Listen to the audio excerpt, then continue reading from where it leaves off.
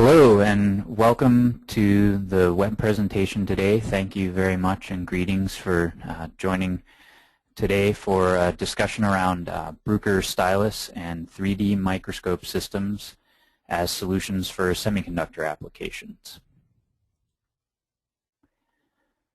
A brief outline of the discussion today. I will provide a brief introduction both to Bruker nano surfaces, and then Stylus and optical metrology, which is the general topic today, as the beginning part of the discussion.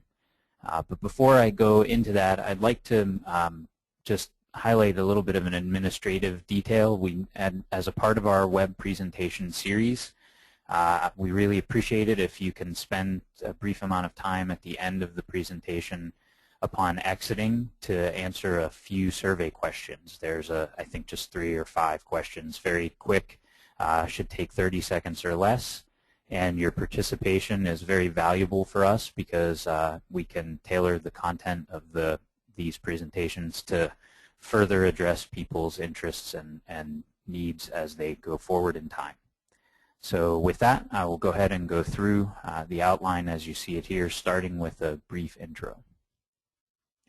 So who are you being discussed by the start of the day? I'd like to just give a brief introduction for myself. My name is Matt Novak.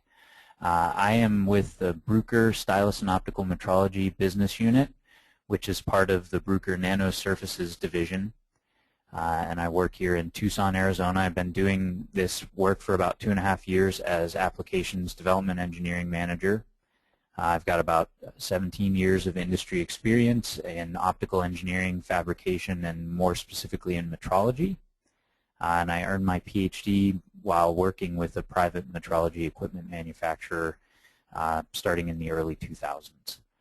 So that is a brief intro of who you are being talked to by. And I'd like to now spend a little bit of time talking about Bruker, because Bruker is a larger organization that many people that have been familiar with the systems that I'll talk about may not know a lot about. The company itself was founded in 1960, Bruker was, and is a leading provider of high-performance analytical instruments, basically in life science, diagnostics, and applied markets.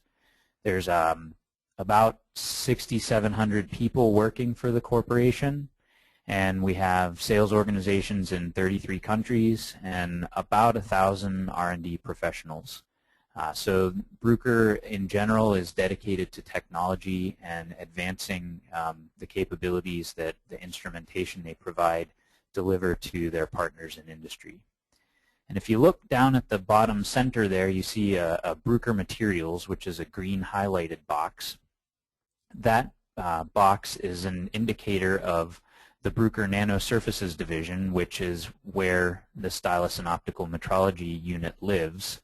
Sorry for that. The surface metrology and science are part of the core capabilities that Bruker Nano Surfaces division delivers. There are 4 basic capabilities, the core capabilities that are expertise that are delivered by Bruker Nano Surfaces, including scanning probe or atomic force microscopy, 3D optical microscopy, Stylus profilometry, and then also tribology and mechanical testing. The key things that I want to speak with you about today have to do with the 2 central pieces there, 3D optical microscopy and also briefly Stylus profilometry. So the business where I work here in Tucson, Arizona is the Stylus and Optical Metrology business, which just like to highlight, there's a history of quality assurance and quality control solutions that this business has developed over really the last 30 years. The company's been around in this form since the 1980s, but has evolved to really start delivering on a global scale the solutions in the various industries that you see, such as semiconductor, data storage, electronics and industrial systems, with an overall worldwide system installed base of over 10,000 units. We're really focused now as part of Bruker on Lean Six Sigma-based processes and manufacturing excellence, working hard to build rapid ramping capability and working very hard to quickly address our partners' needs.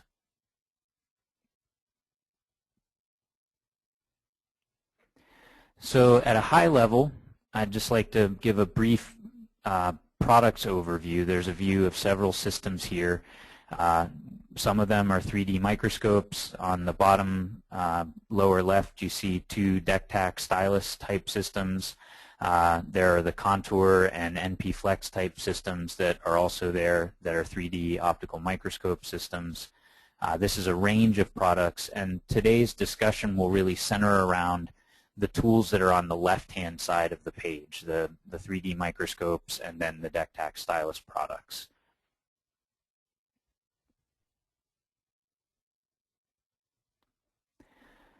So now that we've gone through just a very brief few minutes introduction to Bruker, who the speaker is, and Bruker nanosurfaces and Stylus optical metrology, I'm going to spend the next small section of the discussion around a brief introduction to the Stylus products that I mentioned and their applications in semiconductor-related solutions.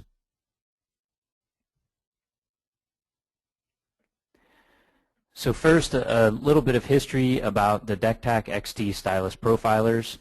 This product brand has been an industry standard for both film and step height measurements for over 40 years. The solution has been developed starting back in the late 1960s as a contact stylus profiler for thin film measurements, and over the course of the next several decades, the technology has been developed to pass through to 150 millimeter wafers and then up to 300 millimeter profiling in the future near the 2000 time frame. We've gone to the best in performance and then also doing vision of three-dimensional scans with the stylus in the early 2000s, and then further on to improve the best repeatability of the tools down to below a ½ nanometer repeatability for a contact system, which is the best in this type of technologies class for a stylus profiler. Just highlighting that these systems are ubiquitous, and we're looking forward to having this go further into industry and helping solve partners' problems.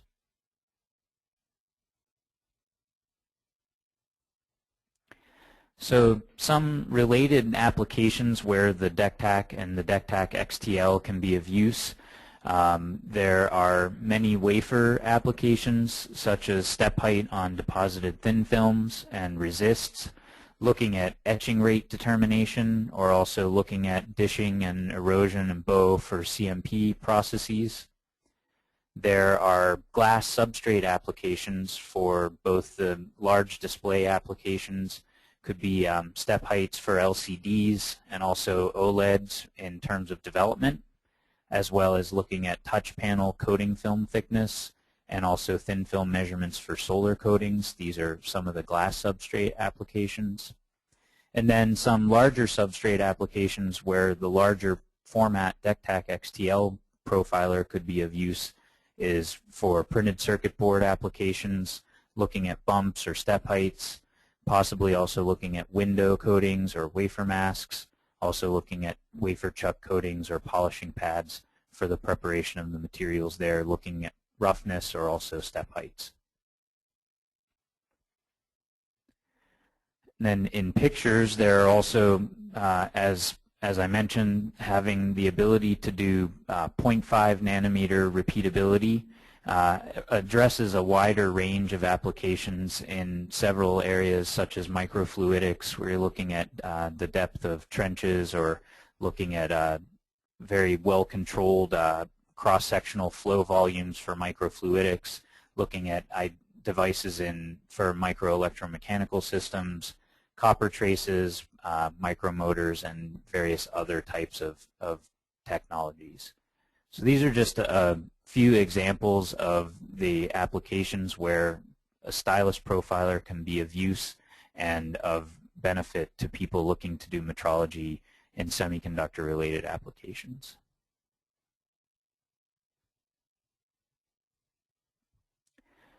So for the next part of this discussion, I'm going to spend time giving an overview of 3D microscopes and then also some of the semiconductor applications that can be addressed by those types of products as well.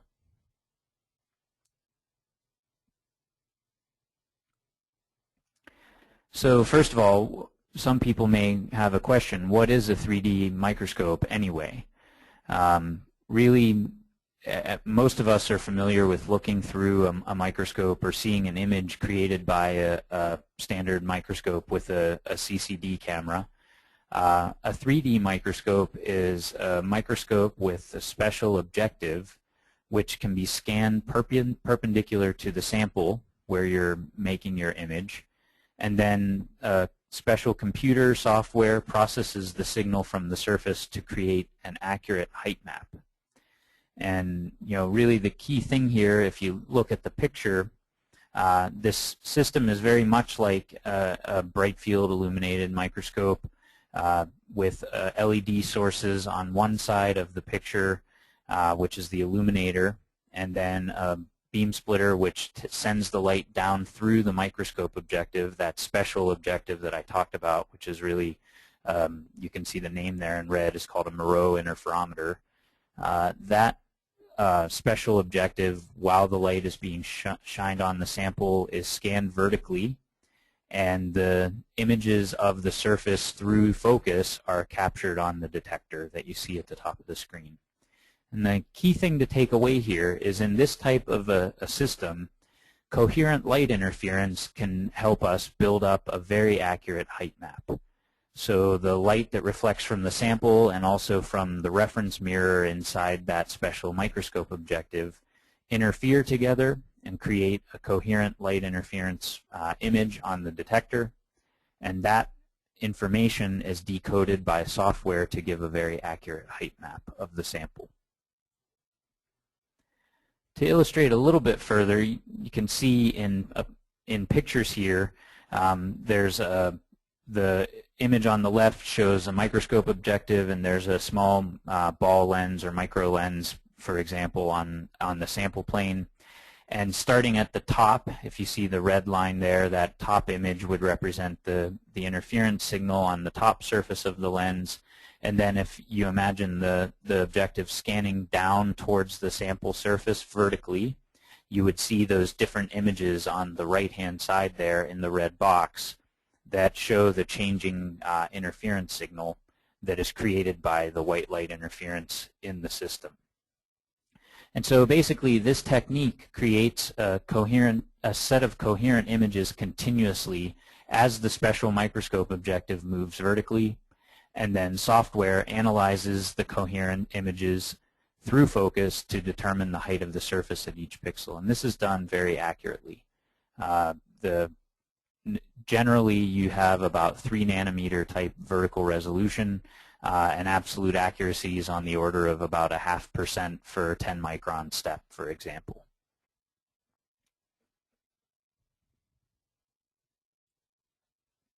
So here's a closer look at one of an example type 3D microscope. All the pictures that I showed on the previous 2 slides are the optical head, which is contained under the blue hood in the center there on top of the system. And then what you see basically is there's a programmable stage, could be 8 or 12 inches, and then you're able to automatically tip and tilt the head by plus or minus 6 degrees. You can automatically focus on your sample surface through the z-axis focus. You have a turret which allows you to select different magnifications or different fields of view on your sample surface of interest. Basically, you have different details about the system on the right-hand side, but the key thing to take away is that this type of a platform offers real stable and accurate automated capability for measurement in this type of a 3D microscope. And I want to make one other comment just to make sure that everybody is aware. As you go through the presentation, there is a questions dialogue, And as I make the presentation, I'm going to go into some more details about different applications now. But if you have questions while the presentation is going on, please feel free to put the questions into the question dialogue, and I'll try to address them at the end of the discussion as best as possible, or offline after the presentation. We can also communicate via email. Either way is fine.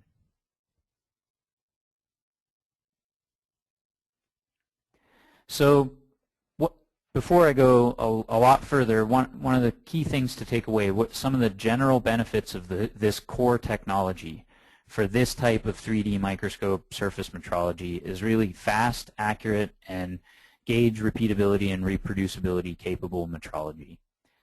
You can look at surfaces which are smooth or rough with steps or not, and do this in a non-contact, non-destructive way, and really get fast, large area measurements as needed. There are over 1,000 analysis parameters that we offer as standard analysis capability for the surface data that are collected by the systems. And really the key thing is that this is stable and operator independent data, which is the most useful for quality control or quality assurance. So those are some of the key benefits of the core technology. And then going forward into the discussion, how do you apply those kinds of benefits to semiconductor-related applications? And there's really, quite a broad range of applications that we can address. And historically, this group for Stylus and optical metrology has been involved in research and development, maybe process development kind of metrology. But we also are finding more and more that this type of metrology can be used in line as process control with different applications such as looking at vias or trench depths, critical dimensions of different features. We can look at some information about how this type of metrology can help with laser probe marks, different sensor dimensions. Also have some examples about copper wire bonding, and then multi-chip module high-density interconnect inspection, wafer roughness, among other things. So there's really a wide range of applications. Many of you will notice a lot of these some of them are front-end, but typically they've been back-end or packaging type applications. But Bruker is really, we're positioned well as part of a larger organization now to start addressing more the needs of this type of inspection in the front end as well.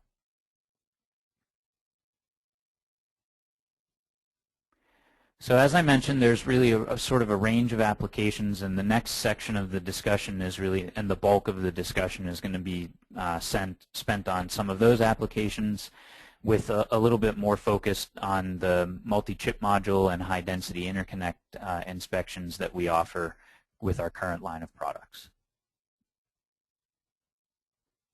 So one of the first things I mentioned was wafer roughness, and this traditionally a lot of people will tend to use an AFM for this, which is a good solution.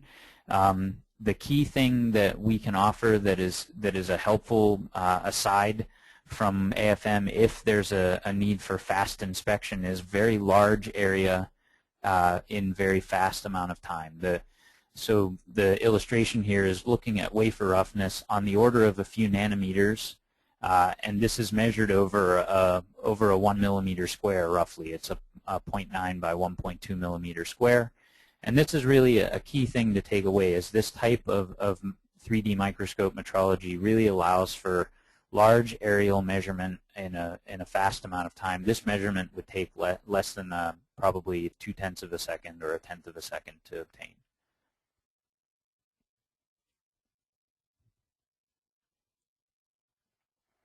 Another area where we've worked to develop our solution is with some high aspect ratio measurements, such as looking at vias or trenches.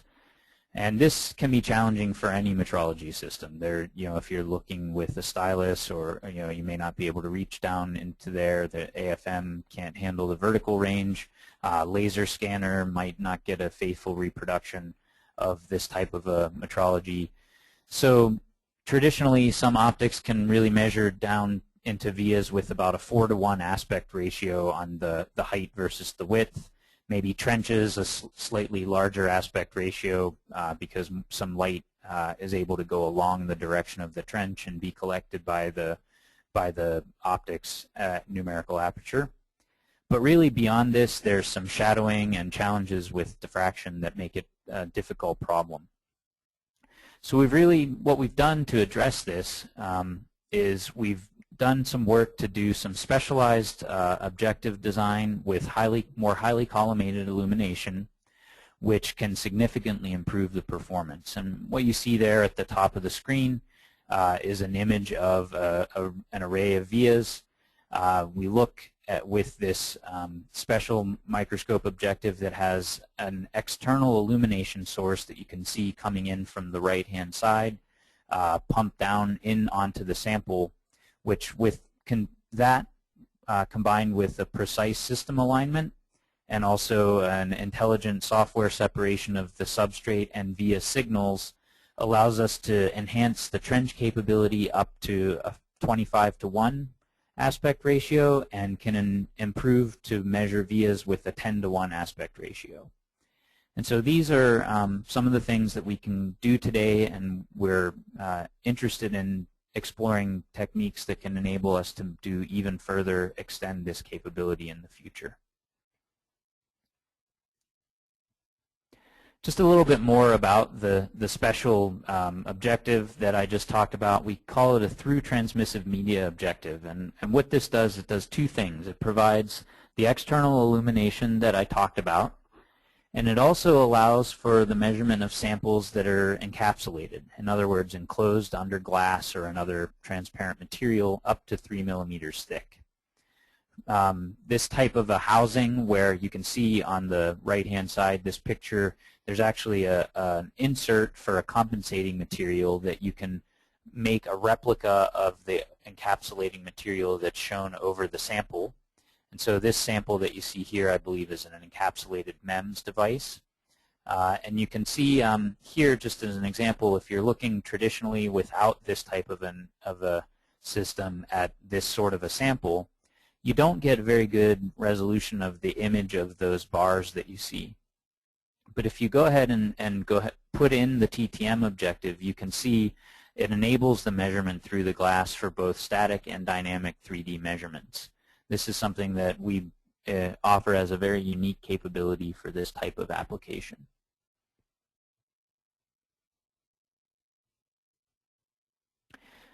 This is just a little bit further illustration showing the advantages of that extra collimated illumination, how it can enable you to see further down inside this type of a simple via or a trench.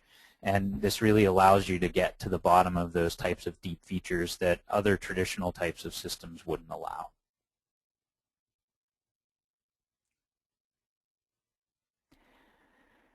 Here's an example of some deep trenches that have been measured. These basically large field of view, again, is a key advantage where you have the ability to get a large area where you have half millimeter kind of a length along one side, and you can see this nice resolution down into those trenches to resolve the bottoms and also the tops of the trenches.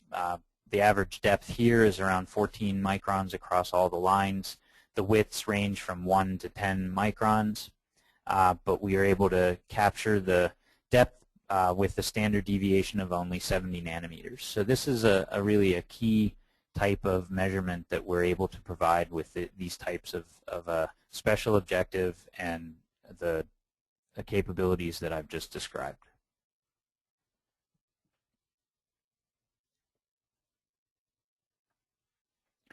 So some of the other advantages and strengths of this type of system for semi-related applications, if you're looking at probe marks and you want to track the depth of those or the height of material there, we offer very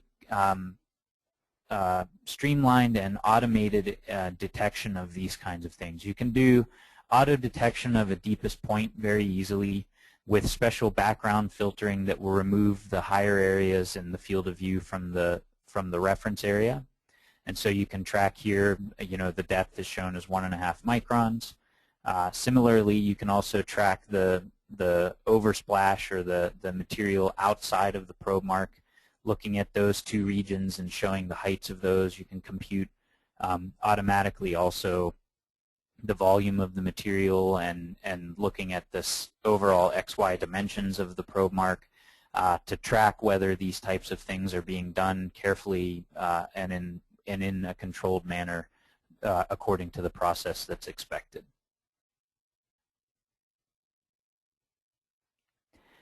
So related, you can see there are ways to actually automate also different etching depths. Here's an example of some etching on a pad area, and you can look at the depths here down to as much as 20 or 25 microns.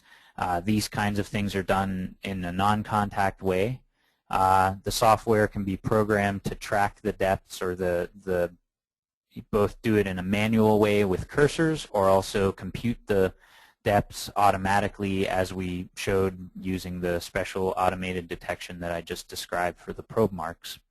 And this is a strength that the software offers that runs the 3D optical microscope systems from Bruker. Another strength for this type of metrology related to semi applications has to do with lead frame roughness.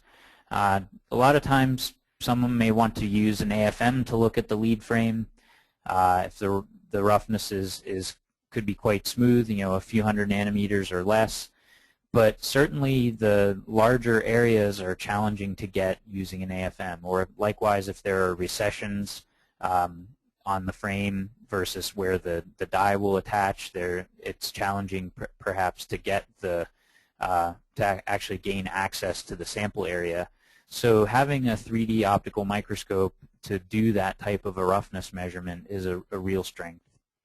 And another thing that I'd like to point out, because I'll talk a little bit about it in the next few slides, is these surface representations, both for roughness or for looking at step heights, are just part of the analysis that's available on the representative data of the surface. Additionally, all the ISO standard 25178 three-dimensional aerial parameters are available from the vision software that runs these systems. And that's really a key thing, because sometimes the roughness is just not enough information to discern the difference between samples that are good and samples that are bad for a particular process. One of the ones that is of interest might be developed surface area, which you see there, SDR. That's one that I'll talk a little bit about now. So this slide is just a chart showing a lead frame, two different lead frames, A and B, where the top chart is showing the lead frame A on the left-hand side, the leads and the die pad looking at the roughness. And then on the right-hand side, you have lead frame B, the leads and the die pad, which shows a very similar behavior for the average roughness. And that's, one of the things about roughness is it's a non-spatially differentiated quantity. So in this case, there were some problems with the die pad roughness, or something about the texture that was not allowing for the proper behavior of the parts.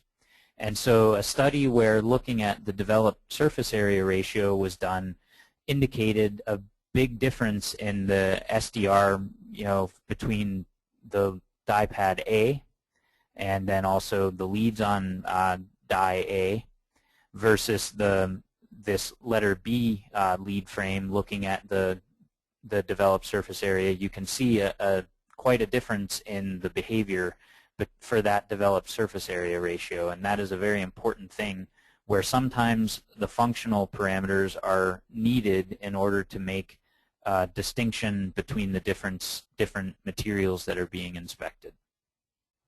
These types of analyses and these types of parameters come as all standard parameters for this type of 3D metrology system.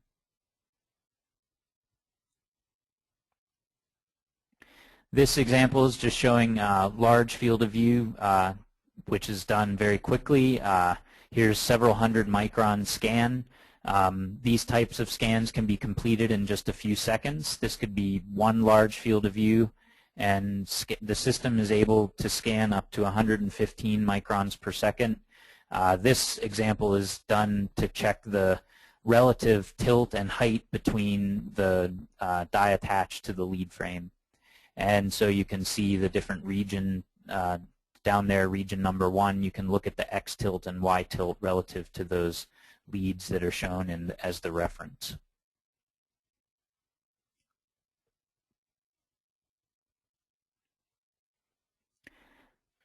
This is another example just showing the ability of this software to automatically detect basically random geometries, different both bumps and also valleys that are made either through laser marking or also different solder bumps as an application.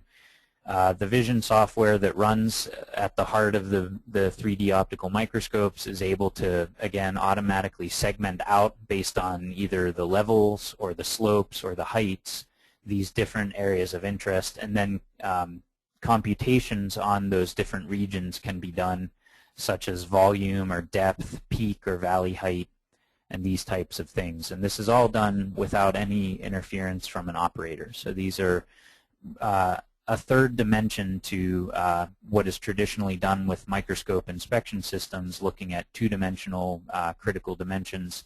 These types of measurements also allow for information to be had automatically in the third dimension.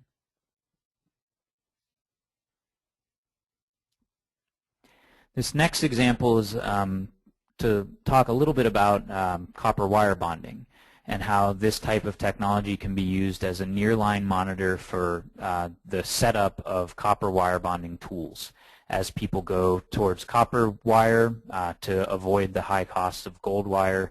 This has been a transition that's been going on over the last 10 or 15 years.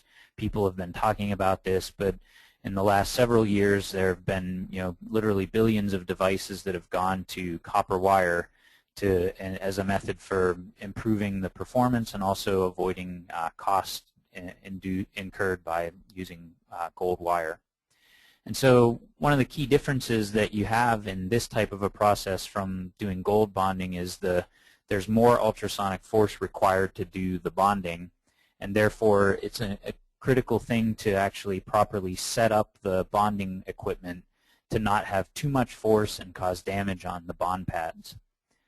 The traditional inspection method of choice has been to use SEM to make this kind of an inspection, a polishing of the debonded ball and then also acid etched away ball to look at those cavities has been done, and then also SEM cross sections have been done. But this chart that we're looking at here illustrates that basically after a minimal amount of sample preparation, which may just be 10 minutes for cutting the different samples into a package that can fit easily on a stage, or also maybe doing some etching and then cleaning, within just a few minutes a time, that is 15 seconds here for the 3D optical profiler versus several minutes, 15 minutes to do an SEM measurement for the same kind of sample. It's a much faster methodology for doing this kind of an inspection.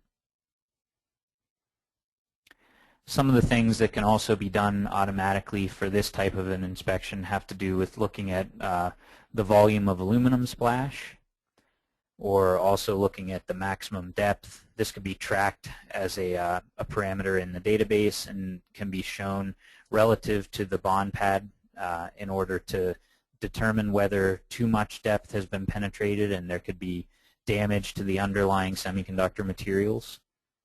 We can also just very quickly talk about one of the things that makes this type of a system useful or easy for this kind of an inspection is as the bonders are being set up, you can automatically set up a study where you do a very simplified interface for your operators to look at these things. There can be the ability to check at and align and do a D-skew for the sample on the stage that the operator is involved with, and then a simple starting point after entering the type or the material identification that's necessary for the material that's being used for that bonder setup. This is just another feature of the vision software that runs the 3D microscopes.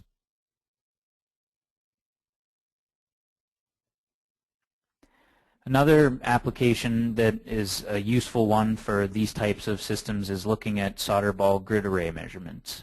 In these next few slides, I'm just going to show an example of looking at a wafer and a particular die. Here there was interest in both defects and then also the consistency of the size and shape or the dimensions of the solder balls. And so here you can see a scanned area. This is one full die looking at about a 10 millimeter square area. You can see the small defect there, which if you look up close with a single field of view, you can check and see that indeed there is something that has happened there that is irregular about the material that was put down onto the wafer. Again, using the automatic tracking of these different regions, the software can very easily locate such things and track the XY diameter as well as the XY position of those on the wafer for further follow-up or failure analysis.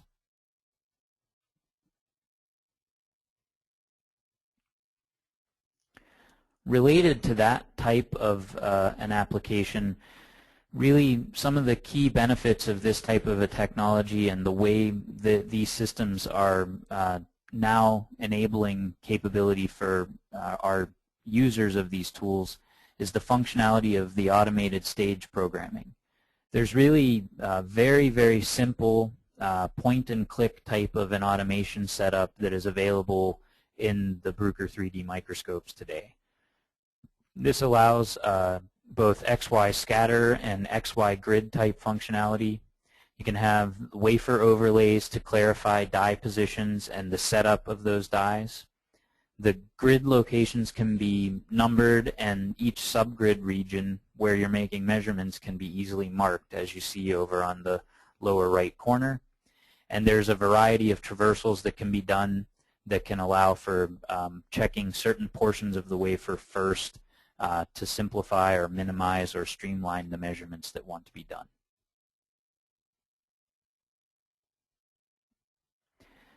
This example is just an example of a wafer grid setup and within die variable points. The software is very flexible in that it allows for a measurement type of setup. For example, with this set of die, there are many different die on this wafer. This shows multiple measurement locations. There are 9 different locations here. This may be copied from one die location to another. It can be configured for its own alignments and can be done very easily with the current setup and offering of this type of capability.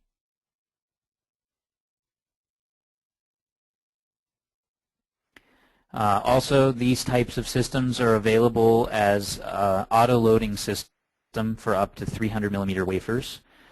We have 150, 200, 300 millimeter handler system.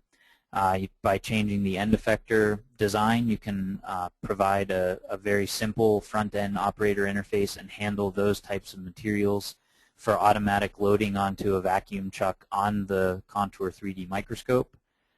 This is offered with SEC standard communication and also seamlessly interacts with your own factory's SPC software or other factory monitoring software. And also we offer these tools with cleanroom compatibility with optional enclosures to address needs where the wafer material or there's high cleanroom capability requirements needed.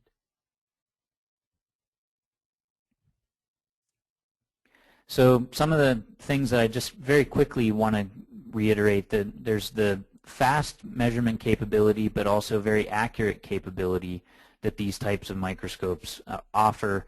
And then the main thing that we take away from that is the repeatable types of measurements give GR&R capability to your tool and process monitoring.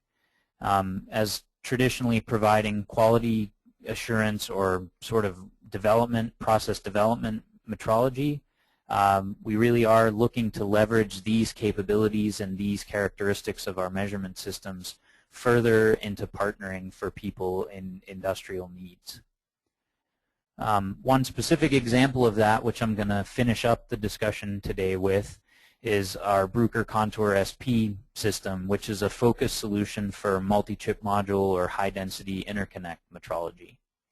And this really stems from the industry push to smaller and higher density features on chips, which really places increased demands on metrology. There's very high adoption of mobile devices, high quality displays, and the user interfaces are changing to increase the cost per yielded product. There's really some challenges that come with that kind of smaller geometry that is being forced into packaging. There's Z-axis constraints, if you will, meaning the packages are slimmer and there's more and more layering. With smaller and higher density features, which are of greater complexity, it means that the cost per yielded bumped and singulated board has really gone up.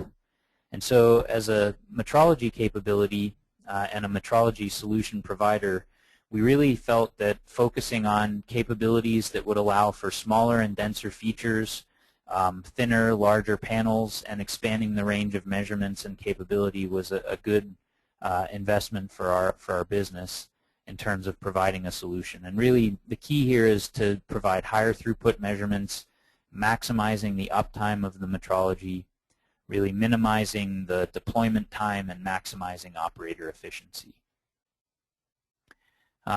Really just again saying with a graphic showing the similar type of a challenge where the different types of features on different wafer sizes, the silicon demand in terms of wafer size is listed here. So what we're seeing is really increased value per chip as we go into the future, and as you can see from the bottom bullet there, the semi growth forecast predicts reaching by 2016 roughly 360 billion US dollars in terms of material in terms of a semi-growth forecast by that time. And really the key to take away here is as the value per chip increases due to finer scales, the cost of scrap increases, which pushes the demand for better metrology. So the Contour SP is deployed to address that specific need, specifically for built-up PCB production, looking at the different layers of both etched and electroless and electroplated copper, looking at vias, looking at the different dielectrics and films on those types of substrates. It's very critical to make sure at each stage of the process the different features and materials protecting against shorts and opens on the boards is a key thing to do as you go through this production process, and we have aligned the Contour SP to do this type of metrology. As you can see here, just some examples of the different types of metrology in terms of overlays and interconnects, as well as roughness and different alignment features, looking at trace widths and heights, looking at copper traces, copper roughness, looking at anchor, surface anchor characteristics, as well as different pad clearances. These are a comprehensive set of metrology analyses that are available on up to 600 by 600 millimeter panels for high density interconnect PCB metrology.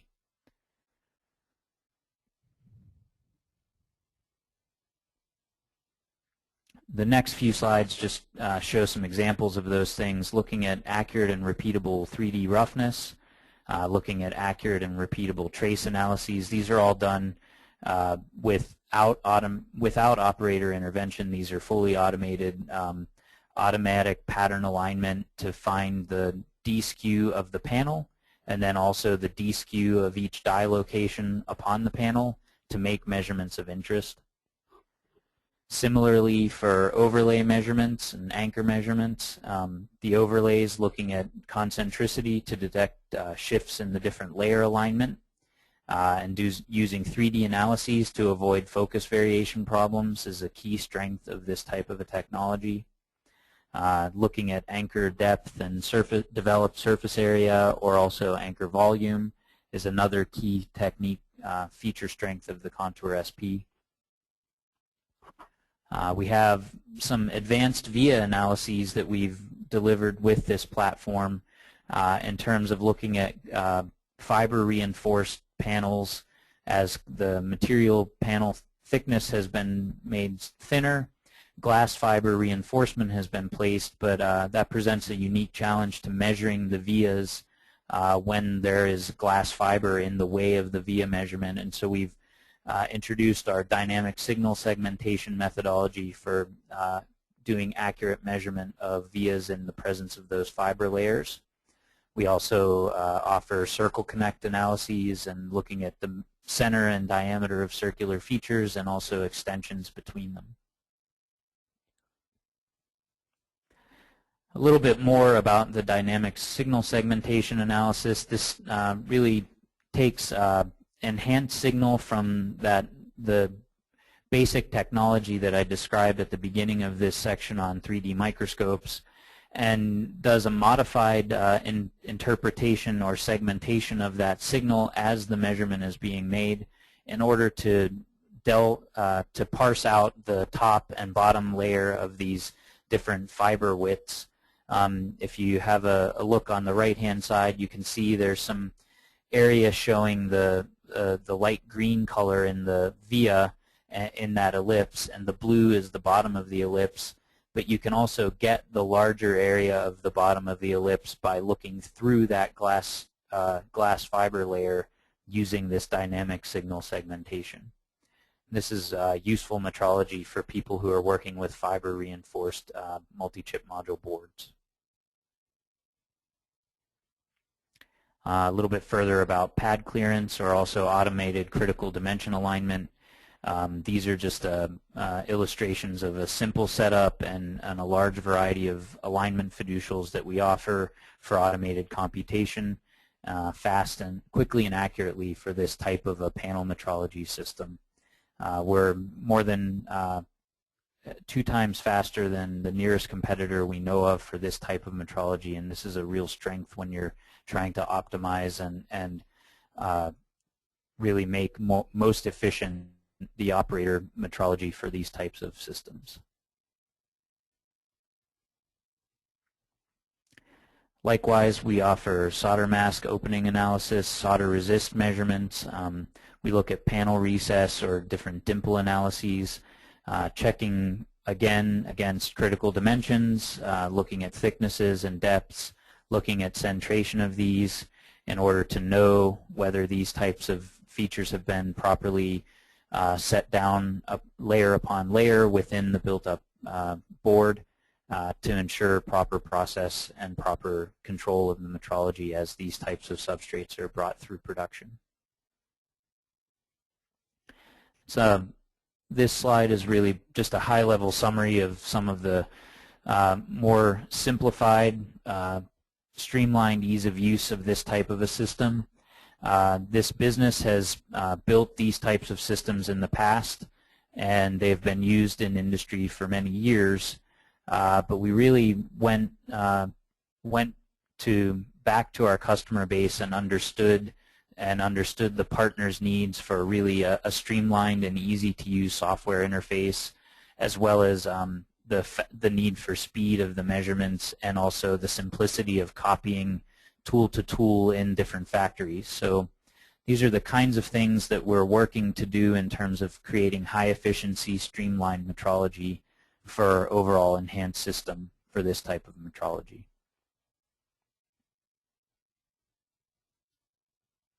And last, I just really wanted to highlight that as a part of Bruker, The Stylus and optical metrology business really benefits from Bruker's strength as a global organization. There's been a lot of challenge to growing, as many people know, as a business grows or over time becomes part of a larger business.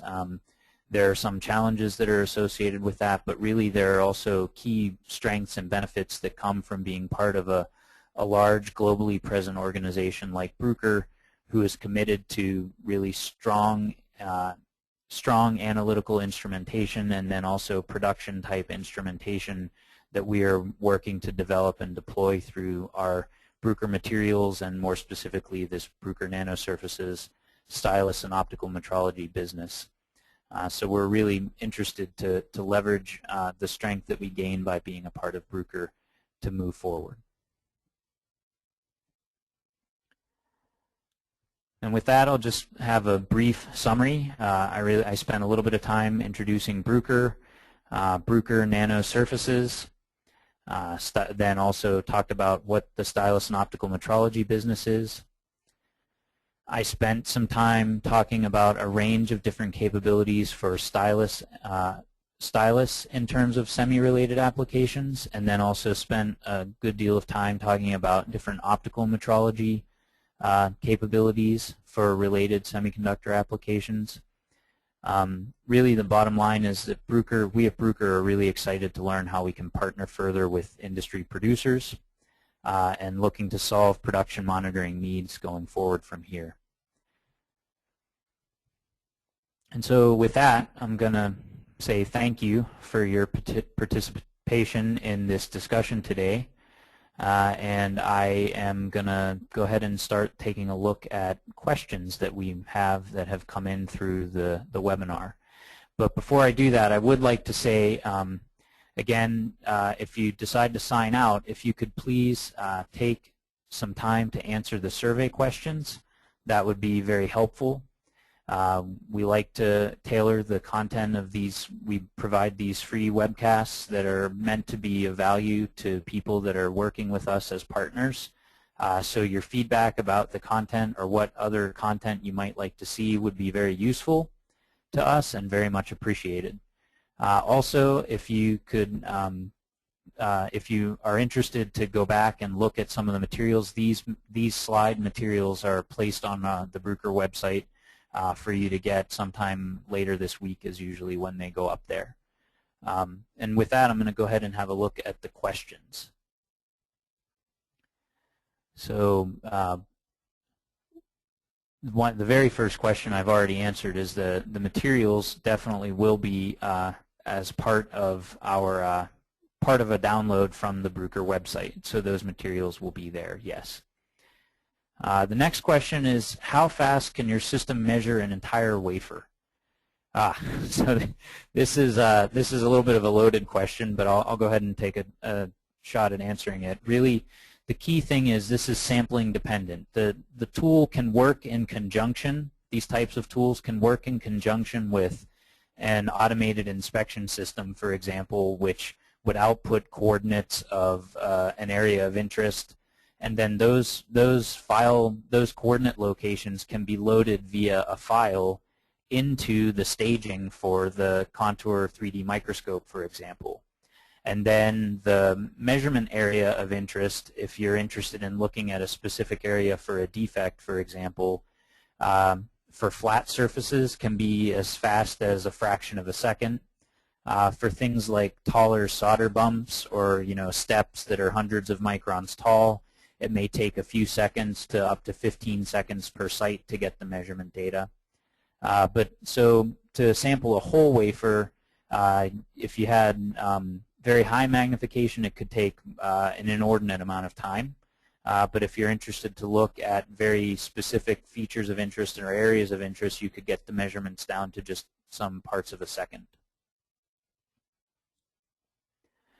So the next question is, what is the lateral resolution capability for your systems? The microscope system, sorry. Well, so like any microscope, this kind of a system is generally working diffraction limited. And for traditional type of measurements, we typically state that's around 350 nanometers, at the wavelengths that are used in the illumination that we have. There's definitely there are some key things to take away, though, when you're looking at this kind of a measurement in terms of the lateral resolution. We also offer a special measurement technology called Acuity XR, which enables us to resolve down to about 150 nanometers in terms of lateral spacing by taking advantage of the very low noise floor measurements of the optics, and then also some special processing that we can do to enhance the resolution. And then for applications where even higher resolution is needed, we also offer a NanoLens AFM as an add-on package, which can get you down to the sort of 5 to 10 nanometer lateral resolution. So there's a range of lateral resolutions that can be offered. The next question is, are there differences in analysis between the DECTAC and the contour? Some analyses functions are present. This person mentions they've worked with both the DECTAC and also a contour system, and some of the analyses are present in one, not the other. So this question has to do more with, I'll try to answer it this way. For 2D measurements, like a traditional stylus measurement, there are a typical suite of analyses that are generally useful, looking at roughness or waviness, and the types of filtering that are used or are needed for that kind of a measurement are typically the ones that we focus on there. There's line leveling and low-order form removal type filtering that can be done, and then different analyses for the R parameters that are typically done for a stylus. And in the contour type products, the 3D microscope type products, the analogous version of those analyses is generally present. The difference is that one needs to understand how to take the three-dimensional data and and apply the proper filtering or analysis to get the equivalent type data as an output. So I hope that can answer that question. And I'm being informed that we are now out of time for the presentation. So I hope that the information was useful and informative. And again, I thank you very much for your time attending today on this discussion.